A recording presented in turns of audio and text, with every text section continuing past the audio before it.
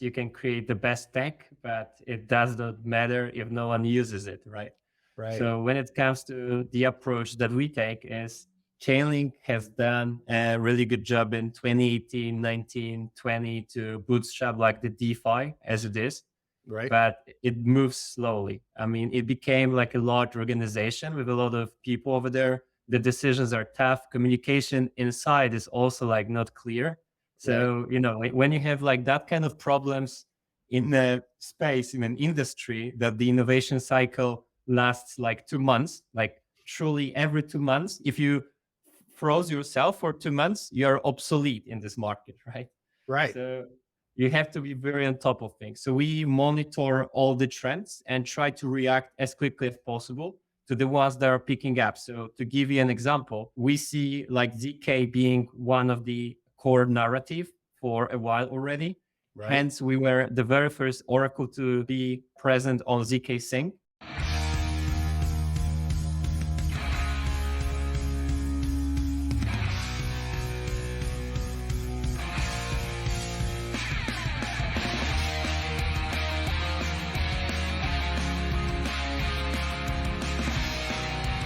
Welcome to Mission DeFi with Brad Nickel, where we explore projects in decentralized finance that are innovating and driving our mission of financial freedom forward.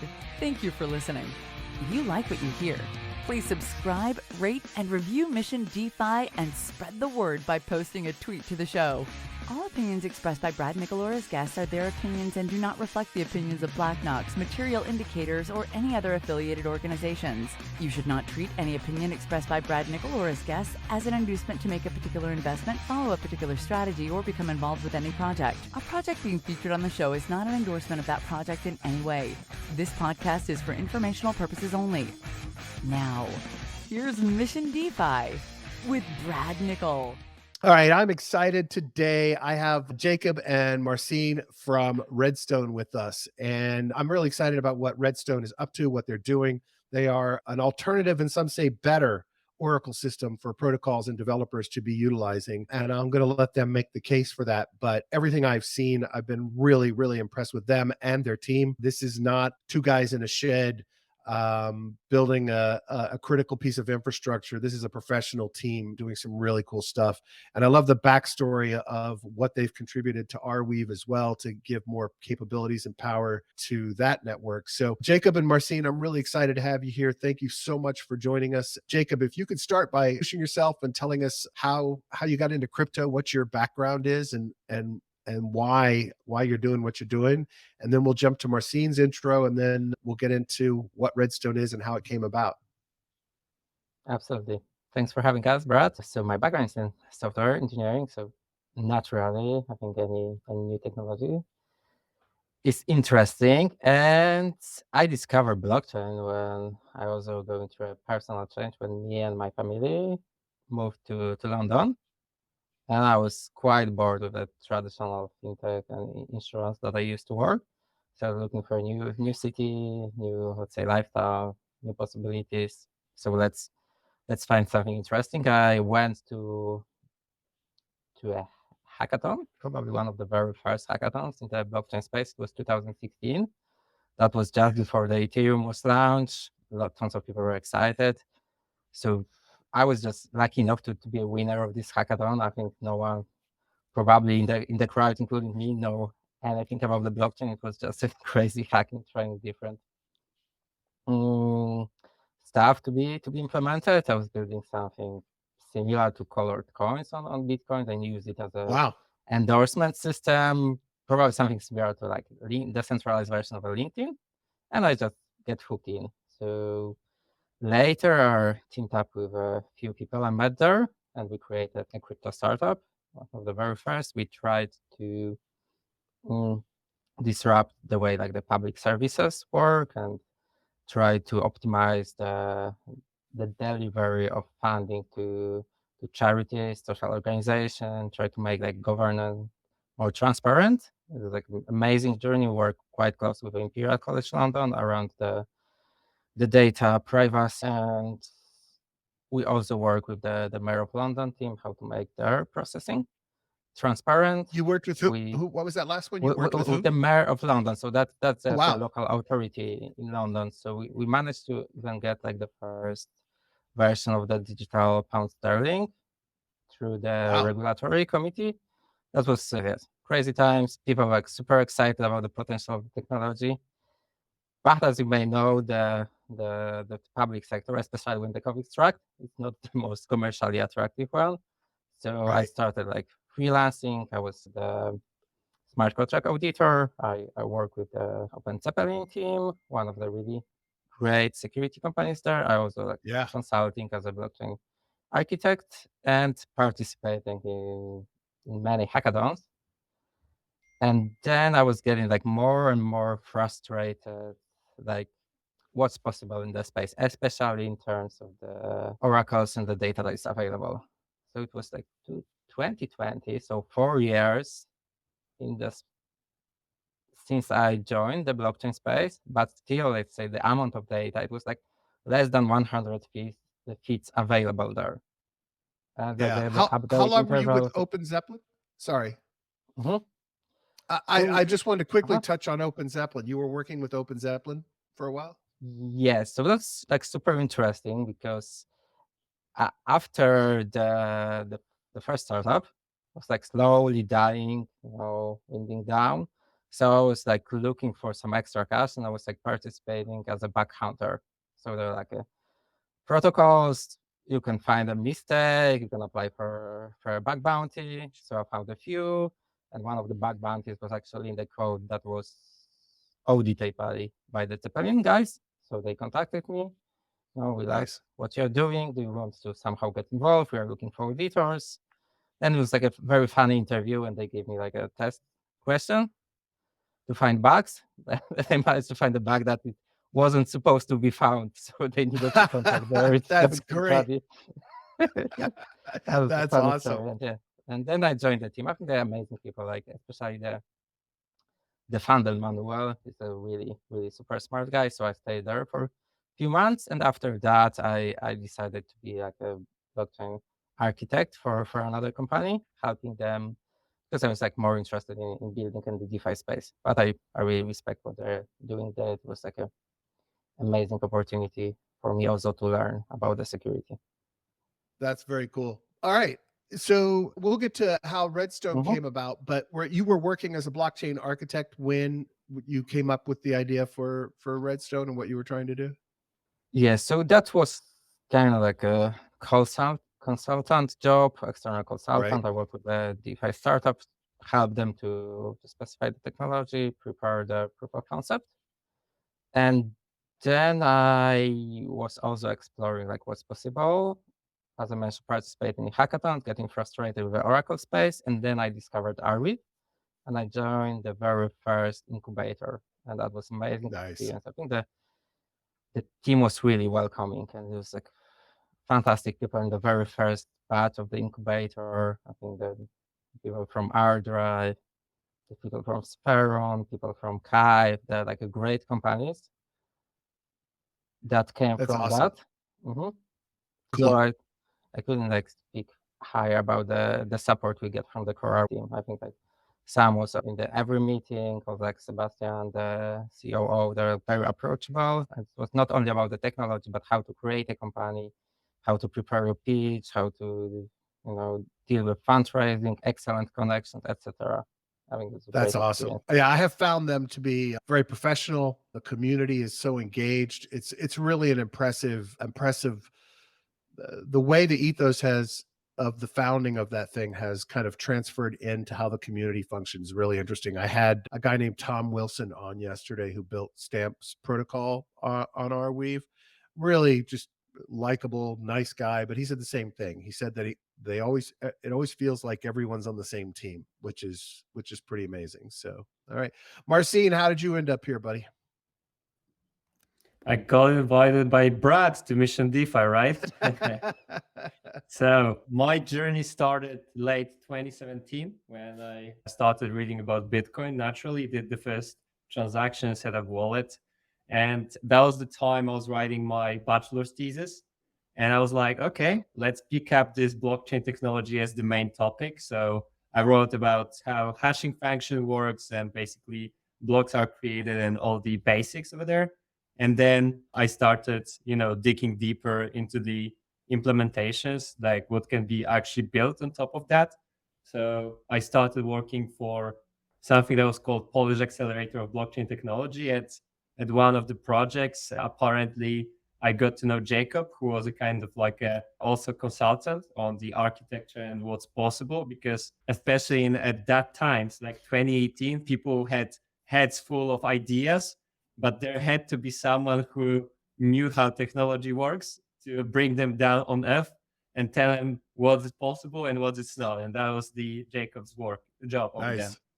So we got to know each other. I would say from the very beginning, at least from my side, I really liked Jacob's approach of being down to earth and, like reasonable, extremely reasonable. And I was like, yeah, it would be cool to work together sometime in the future. So on the way, I created like 2 startups that failed. For one of them, I asked Jacob to be like kind of an advisor. He was willing to do so, but he was also like quite swamped with work. Fast forward, I joined Google Cloud in 2020.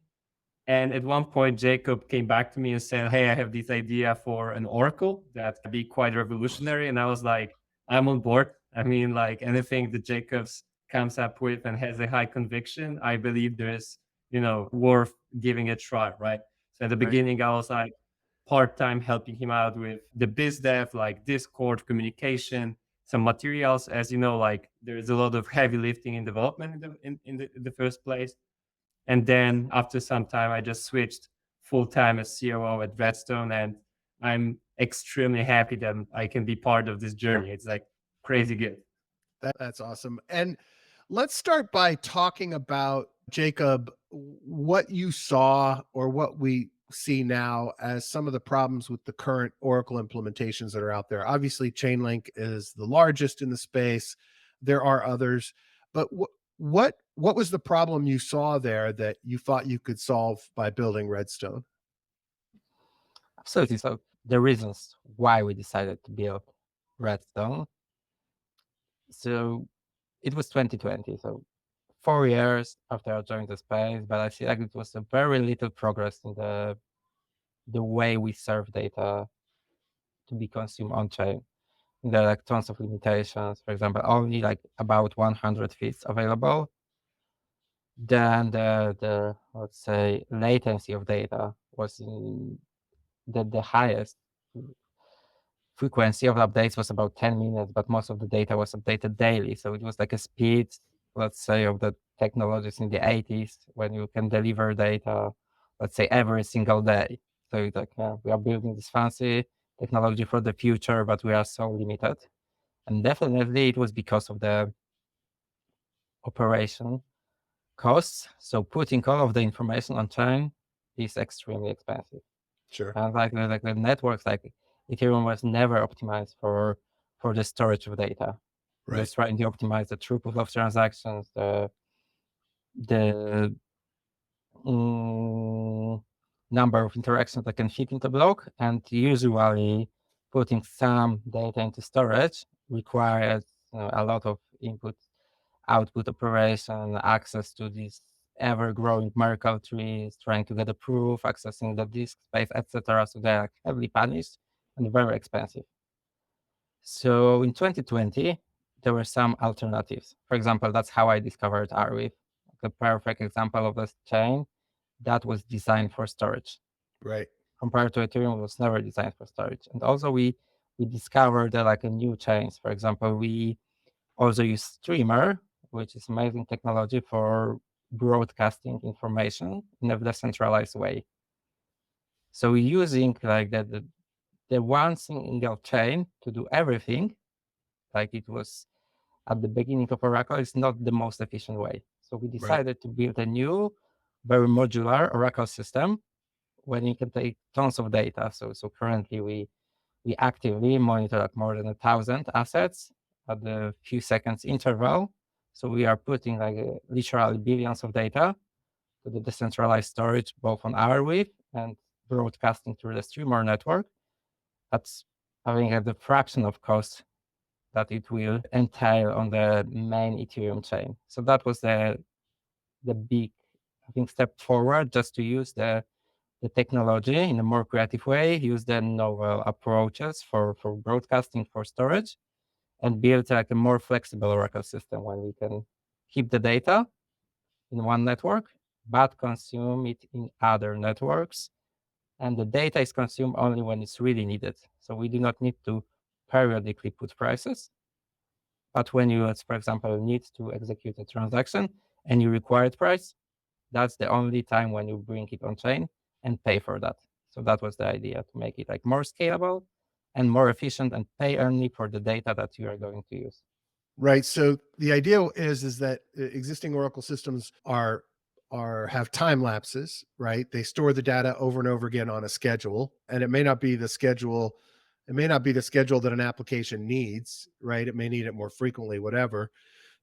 And at the same time, they do that because of the cost for storage, right? If they do it more Exactly. frequently, then it's going to cost way too much, and there won't be a benefit to utilizing it, because it would cost too much money to store the data. And so you basically said, oh, wait a minute, there's a cheaper way to store data. That's what Arweave was for. It was meant for that. It was meant to make it inexpensive and permanent and lasting. And secondarily, there was a product streamer that would allow you to get the data to people faster, to applications and protocols faster. And so you took those two pieces and you said, all right, I'm gonna build something that works better. Marcin, in terms of kind of solving the problem, one of the problems was, I think, that Arweave didn't necessarily have an easy way for you to work with it, right? I mean, there was a root, from what I understand when we talked last time, there was like a rudimentary smart contract capability on Arweave, but not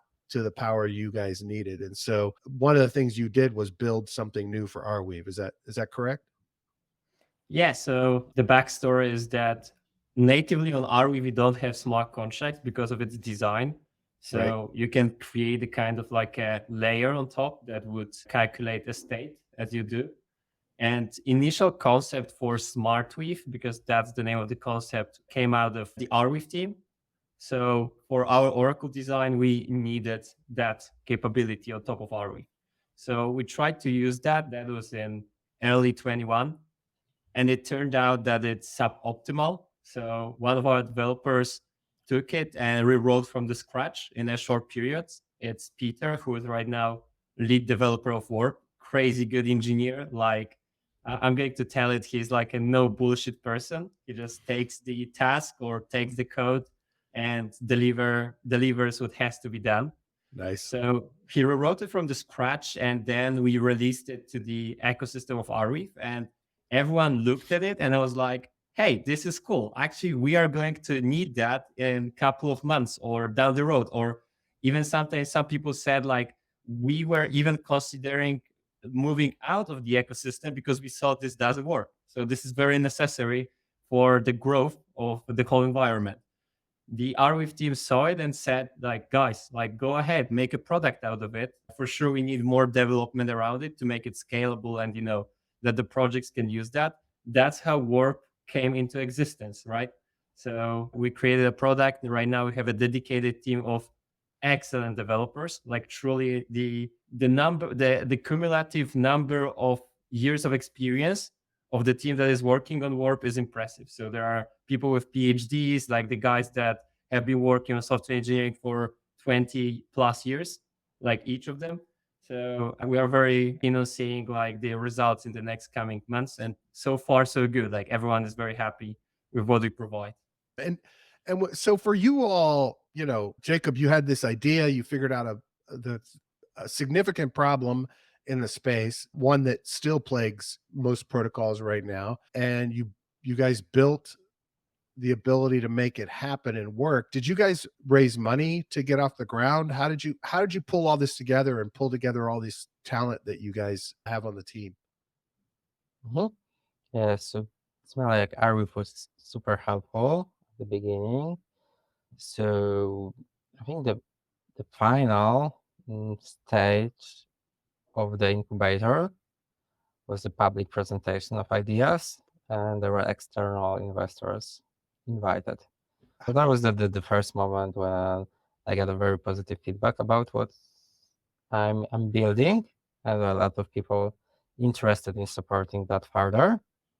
That led to raising some pre-seed funds. It was like a starting amount, so I was there alone, and then I managed to raise like $500,000, and Nice. it helped us to bootstrap the company. So we hired a few people. I think it was like 6 or 7 of us at the very beginning. I think Martin definitely was one of the first people I onboarded. So we had a few amazing engineers, and we started building. And it was like, it was like the very smooth path till the next phase when we got traction, we got amazing products, and in 2022, I think we managed to close a proper seed round to secure funding for the next stage. So we raised $7 million at that moment, and we scaled Nice. the team to 20 people. That's fantastic. All right. Well, let's talk about, we have the general idea of what RedStone is. Where does the project stand today in terms of what people can use it for and how people are using the Oracle system in their projects? Is it primarily pricing data currently? Are there other ways that it's being used? And then, yeah, let's just talk through that a little bit. And the other thing I want to talk to you about is, what's it been like trying to penetrate this market with something with ChainLink kind of, holding a lot of market share? What's it been like for you guys to try to get into the market with RedStone? So if I want to take it, yeah, honestly, it's tough. I think like a really, really almost like a monopoly in the market. Yeah. And I think it's from many angles, it's a great company, but still, if you get someone who dominates the market such strongly, then usually it will be beneficial for the whole ecosystem, that I could say newcomers, people trying to shake the market, trying to bring new ideas, etc. Otherwise, it's getting like obsolete, it's getting too traditional, too conservative. There's no pressure to innovate. And we're also like super happy to see that even like the big players, from what we are observing, they are planning to launch something similar, probably I think at the end of the year or maybe next year, in called like a low latency data that is actually mimicking our approach. So it's good that we are bringing these new ideas and seeing that we can help the whole ecosystem. But on the, let's say, the market growth side, it's really tough. There's like a very strong brand, so we need to really work much harder, not like the similar level of quality, but we need to offer extra value to the teams to convince them to work with that. But we're also happy that there are a few teams brave enough, ambitious enough, trying to use a new technology, and they see a benefit in having access to this, I think, larger amount of data, and it works in practice. So recently, I think at the beginning of this year, we launched with one protocol, and it was the third fastest growing protocol, thanks to the access to the feed that was not available to anyone in the space. So you can have an edge when trying to get more data for your projects. Well, and I think certainly the sales pitch of, hey, if you want to wait for your data for every 15 minutes, 30 minutes, or an hour, you can, but you don't have to, is compelling, right? And so then it becomes a matter of kind of overcoming the psychological pressure of ChainLink being the monster that everyone uses. I can understand how difficult that can be, but the nice thing is I think you guys are in a fantastic position to actually position yourselves first off with some of the larger protocols as potential backup solution.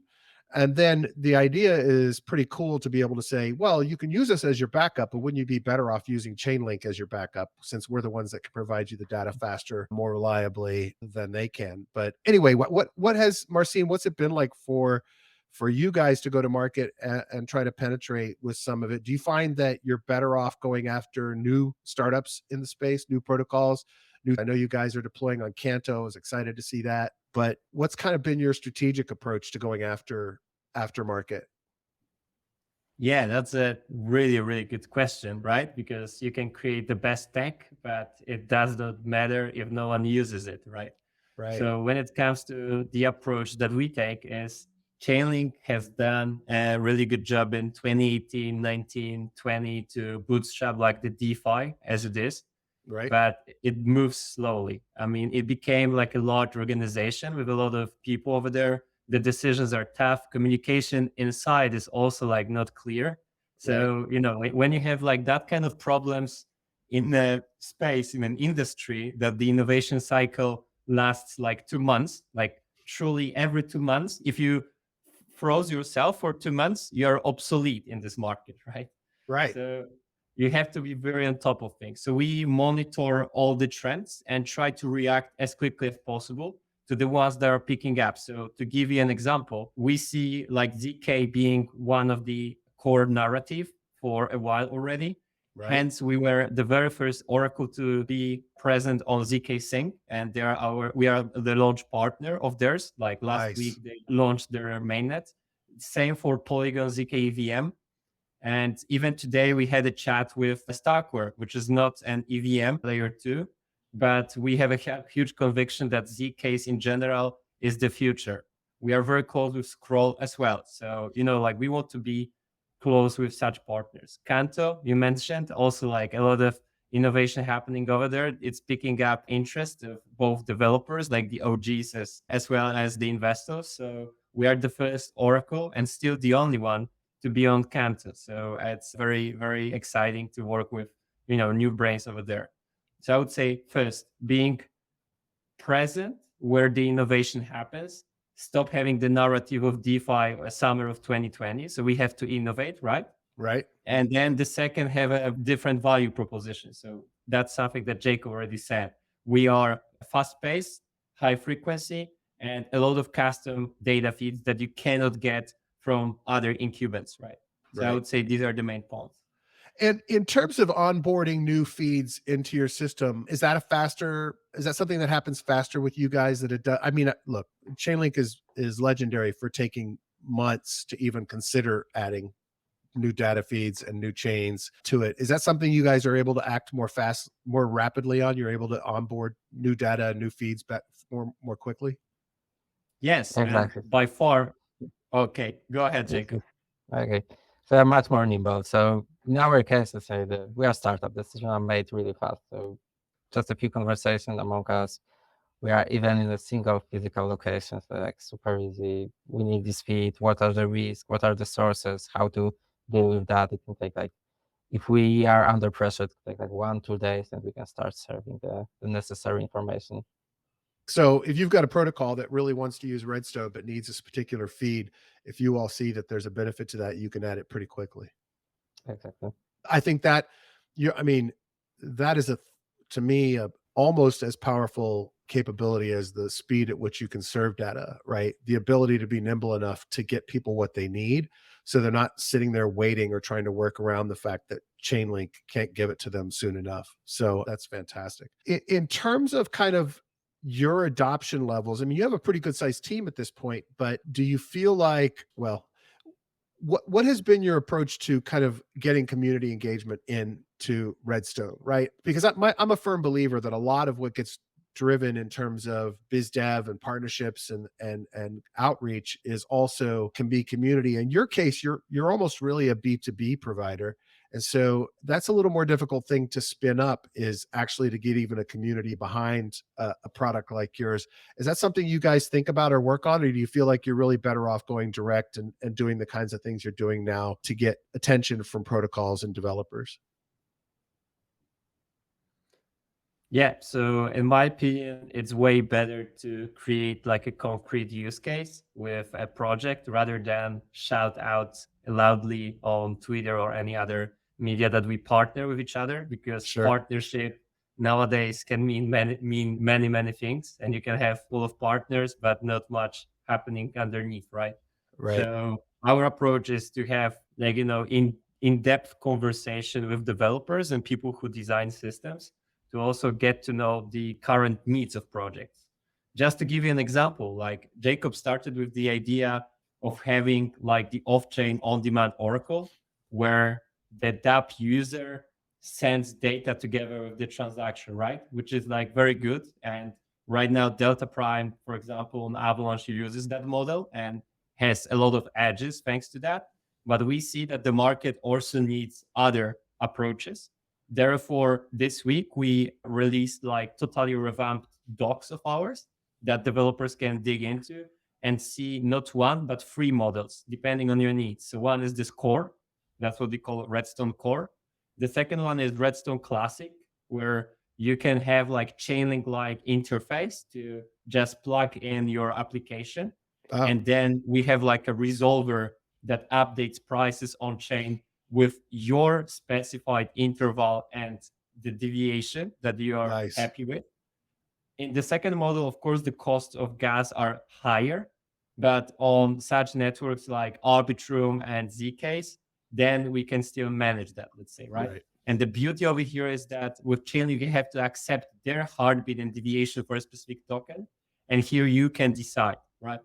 And then there's the third model, which is called RedStone X, and it's based on GMX approach of how the flow goes, where in simple terms, first the dApp registers a transaction in block number N, then anyone can pick that transaction, connect price feed together to that transaction, send it back to the dApp, and then the dApp executes the transaction in the very next block. So Nice. that the price is not revealed, so that you cannot do any front running. So it's like Nice. front running protection.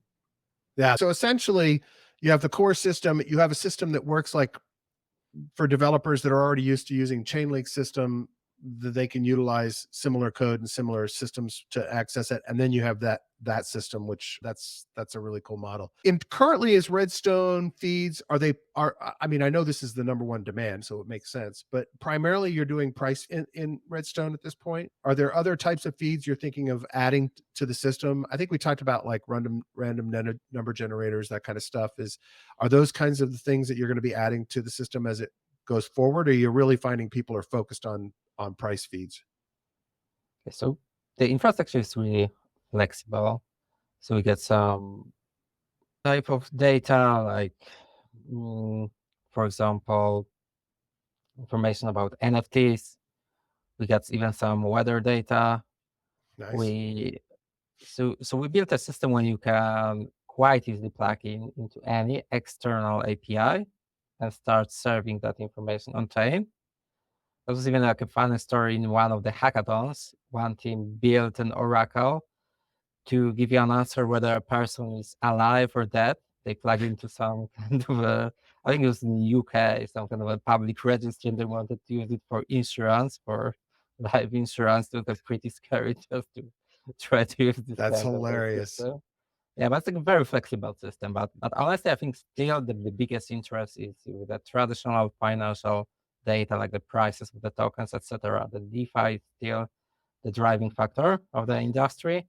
Although we see that like a solution, especially on networks like, for example, Celo, the ReFi, the connections to some environmental data, the interest is growing, but still it's much less major than the financial. And so when you were talking about that interesting example, so you're saying basically that people could incorporate feeds into RedStone from external APIs and essentially create their own oracle in the system, or is that something that still goes? So if somebody wanted to have some specialized set of data, they could.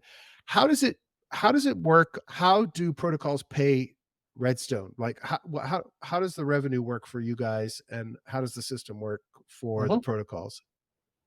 Okay, so it's also important to know that they are not paying us.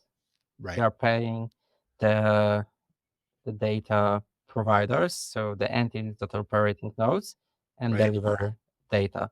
And we are like a Web3 company, so we get our token. In order to be a node operator, you need to put a collateral in our token, and then you get the right to collect fees from the protocols. So we focus on building the network, the infrastructure, the tools, and then invite external operators to run the service and collect fees. Nice. So Very that's nice. our idea, to rather focus on bootstrapping the network than being like a direct service provider. That's cool. And then for being a node operator, so sounds similar to other Oracle systems, but the node operators are actually providing the data. How does that system function and work? Are there competitive node operators for different price feeds? How does that structure work, and how does someone become a node operator? Mhm. So at the moment, in order to be a node operator, there's still like an enrollment process. We want to check like who is behind the node operator. So we screen the candidate, but usually like do not often see like announced like node operators. Usually they're like a professional companies that are, let's say, adjusted to being a data operator for other oracles. That's Right. the mainstream of the candidate. And do they compete? Not necessarily. So it's also like connected to our token model. So the protocol has specified the a list of feeds that is interested into. It's also like publicly visible. And then the node operators that deliver the data, they share the revenue based on the amount of tokens that they stake on their node. So the more collateral you put, the more security as a node operator are going to underwrite in case the fees are incorrect, the larger the chunk of the fees you are going to receive. So that's, in a nutshell, the model of cooperation among node operators. Nice. And in terms of third-party node operators, how many do you all have now? Yeah, so we are in the enrollment process. I think we got like a short list of 15 of them, and like slowly we are be moving them into production. Nice. Very nice. That's great. What else are we missing about Redstone in terms of kind of understanding the value proposition there? It sounds incredibly powerful to me. And I think the ecosystem desperately needs it. Is there anything else that we haven't covered in kind of what Redstone does and how it functions and why it's valuable? I Marcin? would say, I would say from my perspective, one thing that we haven't touched upon in my opinion is important in the long term is the team, right? So Jacob Sure. started alone with the idea, right? But thankfully he got on board like very dedicated and experienced people. So it's not like a bunch of people that randomly met on Twitter and don't know each other or then don't know their credentials. It's rather Sure. like a team of 80% software engineers with track of record building like various systems on the BD side. So I'm one of the black sheeps over here that is not coding, but still we try to be very much educated about all the technology. So it's not like, hey, I'm not a technical person, don't talk to me engineering. Right. It's rather I'm not writing code, but I try to understand as much architecture as possible, right? So I would say there are no strangers in it. We are all located right now in Poland because just the quality of people over here is brilliant. We have Yeah. a physical office here. So in the moment when everyone appreciates like distributed teams and being, like all over the world, which is of course fantastic, we also admire having lunch together or chatting about very tough problem over a coffee, because then you have this human touch, right? Like there is no Right. like, okay, sorry, wait a second, my headphones are down, or sorry, my internet is troublesome today. So there's a huge value in that aspect too. No, I think that makes a lot of sense. And some of the best programmers in the world I've encountered have been from Poland and Ukraine over my career. So I'm confident that the talent is solid there. And I think that's a critical thing, right? It's you had built reputations in the space already, and you were early, Jacob, building in blockchain and crypto. And so I think that probably helped you as well for when you guys went out to start hiring people, right? Here's something innovative that you're doing. It's an interesting problem. Developers love these kinds of technologies and these kinds of problems to solve. But at the same time, your kind of reputation in the space probably helped a great deal in being able to recruit and bring people in. The other thing I think that's important people to understand that we touched on earlier, which is that you're a funded organization, right? There's a revenue stream and token in the mix, but you are a funded organization. The team is being paid. There are investors that believed in what you were trying to build enough for you guys to really get this thing properly launched. If it was just 2 or 3 people without funding, it wouldn't be as advanced as it is as a product at this point. I would assume. I guess we've covered pretty much everything. If someone is interested in utilizing Redstone for their project, are you guys doing hackathons now? Are you guys participating and encouraging people to use Redstone in hackathons at this time? Or is that something that there's just not enough time to do? So we have engaged in a couple of hackathons, but right now we rather see more value in people joining our Discord and asking directly, hey, I want to create this, or could you provide us with a specific data? And then we try to, ideate together and create like a proof of concept. And also, to be honest, don't get us wrong, like we don't only go for new projects, because Right. apparently in 2023, the narrative is even like very well established and big DeFi projects are looking for diversification and also like innovation, right? Right. So you could have created like your V1 and V2, let's say in 21 or 22 on given infrastructure. But if you want to move forward, you need to search for new options. So I cannot tell names yet, but I can tell you that we are chatting with big boys as well to just Awesome. tell them what we can offer and what is happening in the bushes. And if you want to get some alpha, you should watch out for RedStone mainly around end of April and beginning of May, because we are going to have some truly amazing announcement that will just show like how much convicted builders in the space are about what we bring. That's an alpha. Like follow us on Twitter and watch out for news over there. All right, so I ask 2 questions at the end of every show of my guests on Mission DeFi, and the first question is, from this experience or your experience previous to Redstone, but from this experience, what are some what is a lesson that you would pass on to another founder getting started in crypto or blockchain that you've learned through this process, whether it be related to fundraising or team building or developing or whatever, it doesn't matter. So Jacob, do you have anything that you would pass along to other founders to be careful of or to do? Anything like that? I think first of all, I will encourage anyone who is like hesitating, should I be a founder? Especially if someone is a software engineer, it's like usually a well-paid job. It's a very stable job, and very predictable job. And being a founder is like a jumping, in a really deep water. Right. But it's like a very let's say rewarding, amazing experience. Be brave, try to build new stuff, different stuff. Even if like the market looks like really solid, like even if like a big monopoly, I think there's always a room to innovate and to try something new. If you can bring quality, go for it. Nice. I love it. Marcin? I would say, of course, like building a startup is sometimes you have the moments that you feel like, okay, I'm so exhausted and, there are so many obstacles on the way. There are too many tasks and not enough time. But at the end of the day, it's just fun and cool. I mean, it's fulfilling as hell to create something that people need and listen to their like problems and obstacles and try to solve it.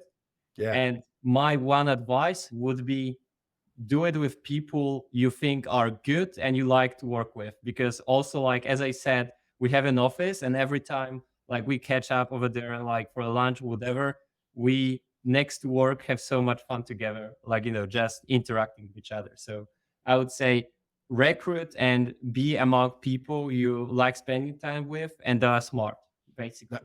Nice. I like that too. That's great. All right, Jacob, who is someone or a person or project within the space, within crypto, DeFi, blockchain, that you have a great deal of respect for? Absolutely. Like when I started my journey, at the time like admired Vitalik, obviously. He's Sure. like his brain amazing, and I really admire like his style of writing. He's very precise to the point. Yeah. The DeFi space, I really like what Tani is doing. His great spirit, like bootstrapping. Ava, which was a really solid company on the engineering side. They got the great ideas. They totally conquered the market. I knew him from the time I was in London at the very beginning. It was rough, but they get through. And yeah, and now there's like not only Ava, but also Lens. I think that's an amazing creator in the space. Excellent. Excellent. Marcin?